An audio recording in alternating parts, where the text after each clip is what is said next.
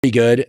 Probably haven't been getting as much sleep as I should have this last year, but getting more fresh air, just that simple, I can't even call it a biohack, right? Yep. Just getting more fresh air and sunshine has made an enormous difference in my nighttime sleep. The sort of advice that your mum would have given you. Just get more fresh air. Yeah, she used to kick us out of the house. We'd come home, we were watching cartoons or something, and then she'd just say like, all right, you're leaving. Like I'm kicking you out for her own peace of mind. And then, just sort of related to what we've spoken about there, how can people become a morning person or learn to get up early more easily and more regularly? Yeah. 3 days of pain, the rest is easy. So it takes about 3 days to shift the biological mechanisms to make you a morning person. Now, if you are a very strongly genetically determined night owl. That's a thing? That's a thing. So there are genetic mutations, they call them polymorphisms, that make some people night owls. They feel best psychologically and physically going to sleep at about 1, 2, or 3 a.m. and waking up somewhere around, 10, 11 a.m. or noon. Mm-hmm. That exists. Not just during development or teen years, but that exists. Not just for social reasons. Other people are true morning people. They feel absolutely best going to sleep around 8 p.m. or 9 p.m. 10 p.m. would be late for them, and they feel great waking up at 4, 5, or 6 a.m. Okay. Most people feel best going to sleep somewhere between 10 and midnight and waking up somewhere between 6 a.m. and 8 a.m. or so, maybe 5:30 to 8 a.m. Okay. So those are 3 bins of the night owl, the morning person, and then the more typical schedule, but it's heavily weighted toward that typical schedule if you look at the general population. So if somebody wants to get up earlier, you need to stack the 4 primary, what are called Zeitgebers or timekeepers. So named because some of the early chronobiologists that discovered this stuff and the underlying mechanisms were German, as it were. So the number one Zeitgeber, the number one way to shift your circadian clock, which is this cluster of neurons that sits a few centimeters above the roof of your mouth, is to view bright light at a time when you want to be awake, AKA the morning. Okay. So that's why I say get outside, look at the sun, toward the sun. Don't force yourself to stare at it. Don't damage your eyes. Blink as needed. No sunglasses. Eyeglasses, corrective lenses, and contacts are absolutely fine, even if they have UV protection. Okay. However, if you combine that with another Zeitgeber, the second most powerful Zeitgeber is exercise or movement. So if you do some jumping jacks, you skip some rope, or even just take a walk while facing the sun, now you're starting to stack different Zeitgebers. And I'll explain the mechanisms in a moment. If you then also add caffeine, now this spits in the face a little bit of what I said a few minutes ago, but if you were to add caffeine, you can entrain, as it's called, the circadian clock to be alert at that time a bit more. And I'll be honest, if I'm going to exercise first thing in the morning, I need caffeine. I can't wait that 60 to 90 minutes. If I need to jump right into exercise, I find it's easiest for me to do 30 minutes after waking, 3 hours after waking, or 11 hours after waking. And a lot of people find that the same. But of course, exercise when you can, because it's that important. But if you want to, quote unquote, optimize your energy levels for exercise, typically people will notice that has to do with your temperature rhythm. Okay, so we've got sunlight, we've got exercise or movement of any kind. It could be jumping jacks, could be walking. You don't have to do a full workout. And then caffeine, and in some cases, food. I'm not big on eating first thing in the morning. I don't like to eat until 11 a.m. or noon. That's when my first meal arrives for me. Just naturally, that's when I get hungry. It's all caffeine and hydration prior to that. But if you were to eat something first thing in the morning, that's part of the way you entrain your circadian clock to wake up, to essentially wake you up earlier. And then the fourth one is a social rhythm. If you're interacting with other people, you're going to entrain your clock to that as well. No way. Yes. So there's a social component to circadian entrainment. Now, the pathways for these are from the eye, in the case of viewing light, to the circadian clock, the suprachiasmatic nucleus. In the case of caffeine, it's more general. In the case of exercise, there's literally a brainstem to circadian clock connection, a big superhighway of neuronal connections that then so-called entrains your circadian clock. Remember, your circadian clock generates an intrinsic 24-hour rhythm such that if we put you into constant dark or constant light, you would still sleep for a given bout and then be alert for a given bout with a little bit of a nap. It just is what we'd call free run. It would drift a little later each day. This is what happens when you go to Vegas. This is what happens when you're in an environment without a lot of cues about the day, the sunlight rising and setting cycle. Mm-hmm. Sunlight, exercise, caffeine and eating, and social interactions bring your circadian clock into alignment with all of those Zeitgebers. So when I said it takes 3 days, if tomorrow you want to start beginning the process of becoming an early riser, you'd set your alarm for 5 a.m. No matter what time you went to sleep the night before, you're going to get up and you're going to do the 4 things that I described. Maybe leave out food if you don't want to eat.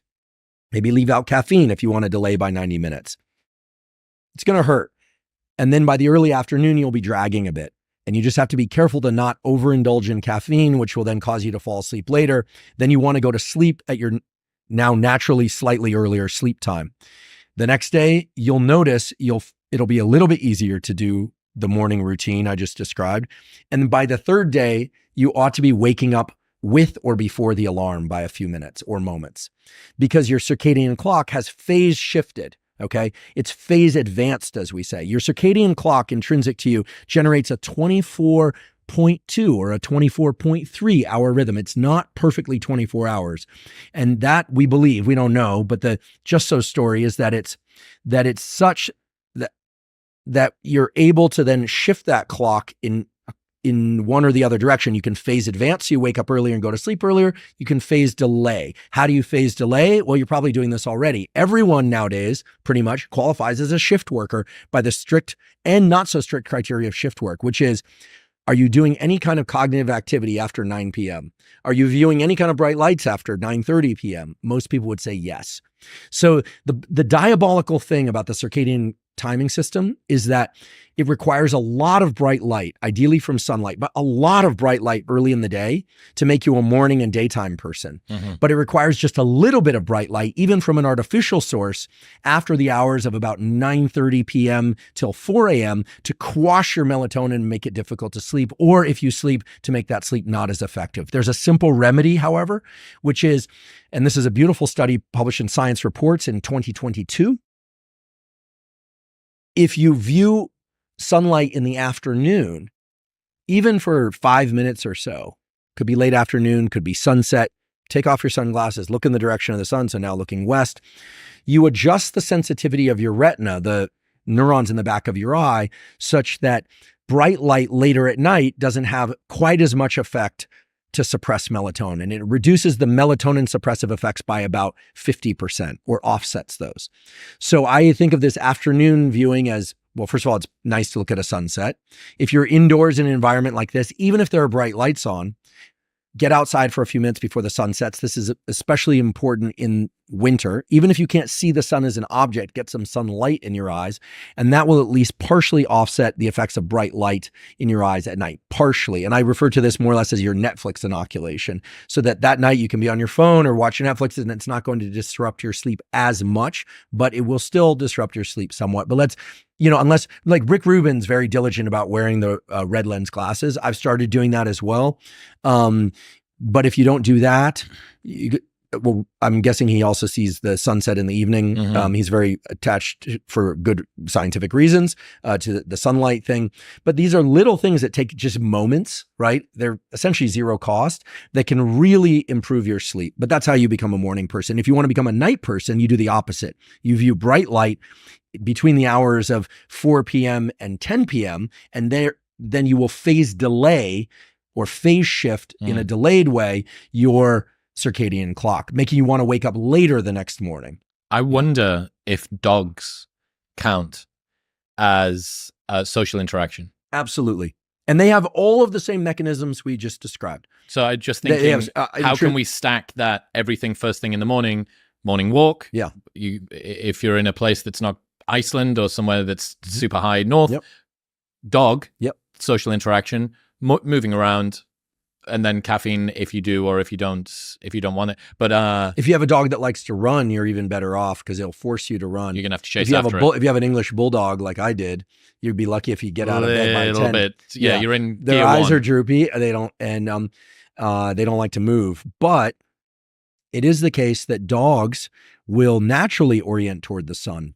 And people always ask, do dogs have the same mechanisms? Absolutely. Intrinsically photosensitive retinal ganglion cells, the one that project to the clock and carry all of this thing about circadian entrainment to sunlight, are present, as far as we know, in every extant mammalian species, every mammalian species that's alive today. And this is a system that evolved from bacteria that's very similar to the opsins, the light-absorbing molecules that are in the insect eye. It's a very primordial system. It's organized very differently anatomically in the retina. And to me, it's actually one of the more beautiful systems in all of us. In fact, the one thing that no one can seem to defeat, you're never going to biohack away, is circadian biology. This 24-hour fluctuation in energy and focus. Some people require less sleep, but we're all more or less a slave to these mechanisms. And it's a good thing that we are, because it forces us to rest. Neuroplasticity occurs during sleep. It pushes down adenosine. It takes us through these natural ebbs and cycles of cognition. I'm obsessed by the idea that in sleep, the conscious mind obviously is not in control. The unconscious mind can geyser up thoughts. The brain is organizing things more in terms of symbols. Time and space are very organized very differently in dreams. And there's a lot of information to be gleaned from dreams. It's just that we don't yet understand what the symbols mean. The kind of classic Freudian Jungian interpretations are certainly not going to be complete, but I'm so grateful that we get this thing called sleep. And I think thanks to the great Matt Walker, we now understand that the whole thing of "I'll sleep when I'm dead" is a really dumb mindset. And my team at the Huberman Lab podcast, we sometimes joke that we win by sleeping. When we're in the peak of things, we all encourage each other to get rest, get rest. We really prioritize sleep. It's so essential. One of the best little cliches there, which is too much of a generalization, but I think works, is there's no such thing as being overworked, only underrested. Mm-hmm. I like that. I like that a lot. I also think that, we know a lot about the different stages of sleep. We know less about the different stages of wakefulness. I've recently started embracing my natural cognitive and physical cycles. And I've come to realize, and I think Ed Milet says he does this, but he thinks of his day as consisting of 3 days, which is awesome from the productivity standpoint. I noticed that also, because he mentioned these time blocks, so I just want to, you've got a new daily routine. Yeah. What's your routine? Yeah. So I came to realize by observation, right? I didn't force this. So this is something I observed in myself, which is that from 6 a.m. until noon, my brain is very capable. My body is very capable of doing certain things far more easily than at other times of the 24-hour cycle. So I consider that sort of the first phase of my day. Sometimes I'm up by 6, sometimes it's 7, sometimes it's 8. Usually it's about 6:30. So I consider that